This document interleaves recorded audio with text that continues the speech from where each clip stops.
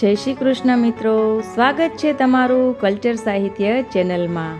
આપણી સંસ્કૃતિ અને સાહિત્યને જાળવી રાખવા ચેનલને લાઇક, શેર અને સબસ્ક્રાઈબ જરૂર કરજો. આ વિડીયોમાં આપણે પરીક્ષિત રાજાને સુખદેવજી કૃષ્ણ કથા વિસ્તારથી કહે છે તેના વિશેની માહિતી મેળવીશું. આવી માહિતીઓ તમે તમારા બાળકોને પણ સંભળાવી શકો છો, જેથી તેઓ આપણા કલ્ચર અને સાહિત્યથી માહિતગાર થઈ શકે છે. ધન્યવાદ. કૃષ્ણ કથા. પરીક્ષિત રાજાને સુખદેવજી કૃષ્ણ કથા કહેવા બેઠા છે. ધરતી ઉપર દૈત્યોનો ત્રાસ વધ્યો, તેથી લોકો ત્રાહિમામ પોકારી ઉઠ્યા. પાપ વધી ગયું, તેથી પૃથ્વી કલ્પાત કરતી ભગવાનના શરણે ગઈ. ભગવાન પાસે જઈને દુઃખ બતાવ્યું, અવતાર ધારણ કરવા પ્રાર્થના કરી. ભગવાને ધરતીના દુઃખોને ધ્યાનમાં લઈને યાદવ કુળમાં વસુદેવને ત્યાં અવતાર લેવા નિર્ણય કર્યો.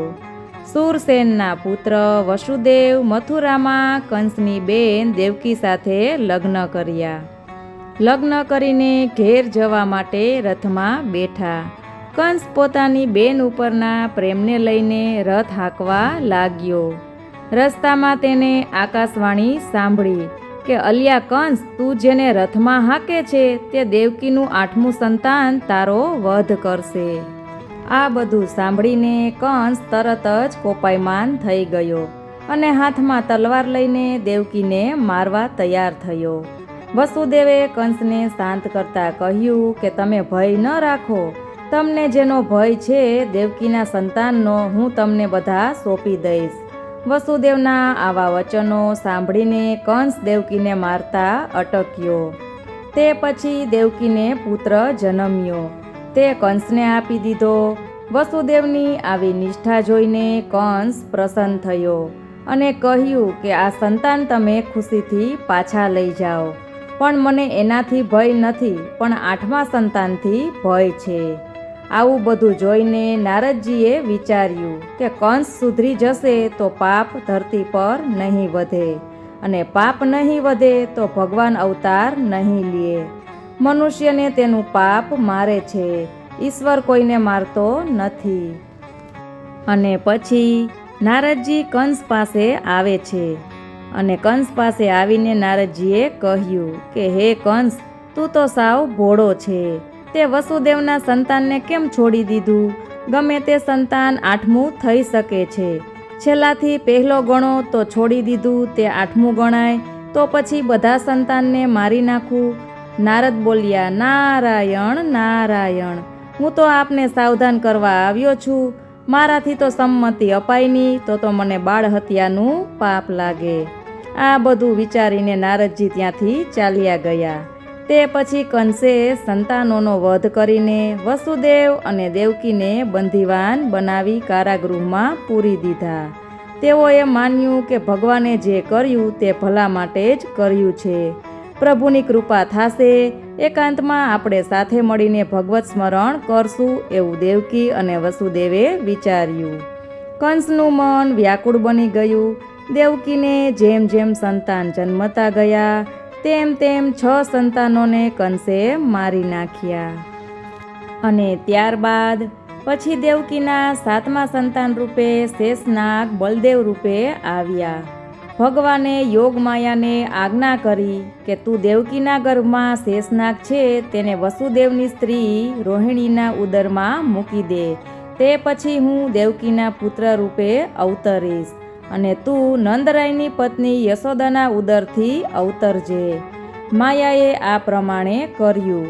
તે પછી ભગવાન દેવકીના 8મા સંતાન રૂપે શ્રાવણ વદ 8મની મધરાત્રિએ પ્રગટ થયા. વસુદેવે આ અદ્ભુત રૂપવાળા બાળકને જોયા. પોતાના પુત્રને પરમ પુરુષ ધારીને નમસ્કાર કરી સ્તુતિ કરવા લાગ્યા. હું કંસથી ડરું છું. તમારો ઘાત કરશે તો હું સહન નહીં કરી શકું, માટે આપ આ અલૌકિક સ્વરૂપને સંકેલી લ્યો. વસુદેવના મોઢેથી આ બધું સાંભળીને ભગવાન કૃષ્ણ બોલ્યા, જો તમે કંસથી ડરતા હોવ તો અહીંથી મને ગોકુલમાં લઈ જાઓ. યશોદાને ત્યાં જન્મેલી માયાને અહીં જટ લઈ આવો. તુરંત જ ભગવાન શ્રી કૃષ્ણ બાળક જેવા બની ગયા. તે પછી વસુદેવ બાળકને લઈને કારાગૃહમાંથી બહાર નીકળવાની કોશિશ કરે છે. તે જ સમયે યશોદા માતાએ યોગમાયાને જન્મ આપ્યો. તે યોગમાયાએ દ્વારપાળો અને નગરજનોને નિંદ્રાવશ કરી દીધા. જેવા વસુદેવ ભગવાનને માથા ઉપર મૂકીને ચાલ્યા જાય છે, તેવા જ સાંકળોના બંધન તૂટી જાય છે. જેલના દરવાજા ખુલી જાય છે. પ્રભુને માથે રાખો, બુદ્ધિમાં રાખો તો સંસારના બંધન આપોઆપ તૂટે છે. મોક્ષના દરવાજા ખુલી જાય છે. હાથ પગની બેડીઓ તૂટી જાય છે. તેમજ આ સંસારરૂપી નદીના પૂર નડતા નથી. જેના માથે ભગવાન હોય તેને કોઈ વિઘ્ન નડતા નથી. ભગવાન કેવળ ઘરમાં આવે તો જ બેડીઓ તૂટે એવું પણ નથી. ભગવાન જો મસ્તકમાં વસે તો બંધનો તૂટે છે. પ્રભુને મંદિરમાં નહીં પણ મસ્તકમાં રાખવાની જરૂર છે. અને ત્યારબાદ વસુદેવજી શ્રી કૃષ્ણને ટોપલામાં લઈ મસ્તક ઉપર રાખીને મથુરામાંથી ગોકુળમાં લઈ જવા માટે નીકળે છે. અને ત્યારે મંદ મંદ ગાજતો મેઘ વરસવા લાગે છે. યમુના નદીને પસાર કરવાની છે અને યમુના નદીમાં પ્રચંડ પૂર આવ્યું છે.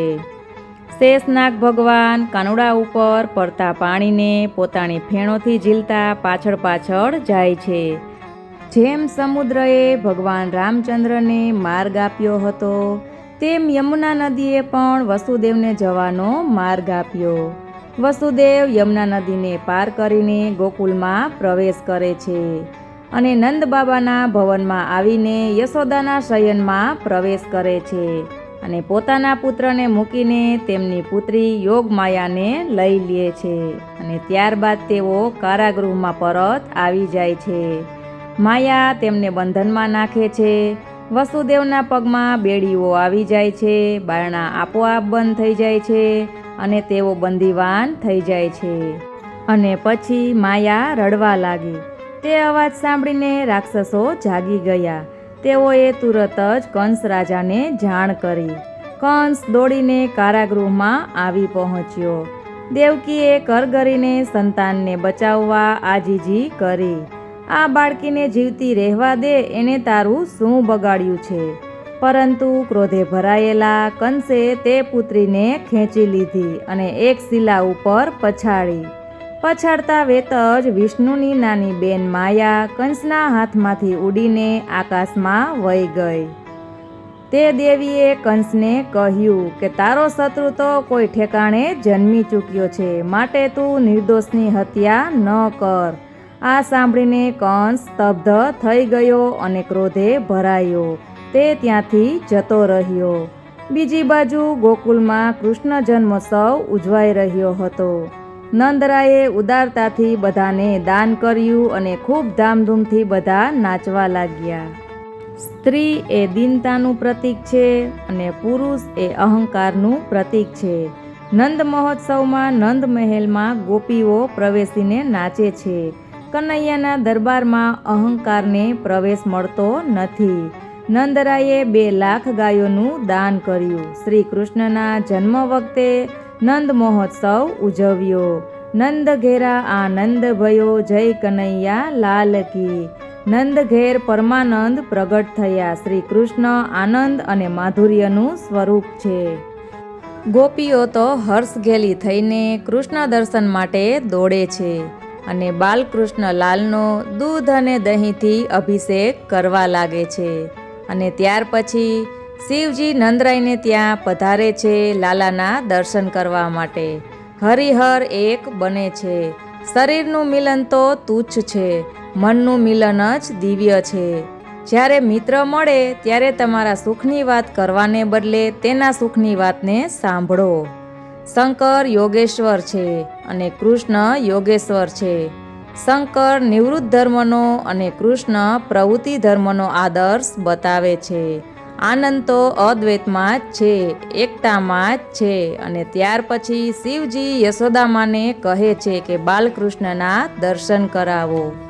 અને ત્યારે યશોદા માતા કહે છે જે માગો તે ભિક્ષામાં આપું, પણ લાલાને તો બહાર નહીં જ કાઢું. તમારા ગળામાં સર્પ જોઈને તે તો ડરી જાય.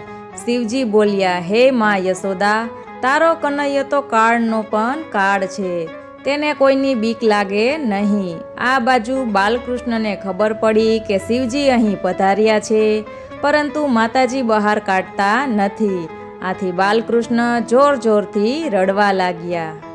અને પછી દાસી યશોદા માતાને કહેવા લાગી કે અમે લાલાને સાધુ પાસે લઈ જાય, લાલાને આશીર્વાદ આપશે. તે લાલાને બહાર લાવી કે કનૈયો તરત જ હસવા લાગ્યો. શિવજીને લાલાના દર્શન થયા. દર્શનમાં આનંદ થયો, પણ તૃપ્તિ થતી નથી. યશોદાએ બાલકૃષ્ણને શિવજીની ગોદમાં આપ્યા. શિવજીને સમાધિ લાગી, હરિહર એક થયા તેવું લાગ્યું.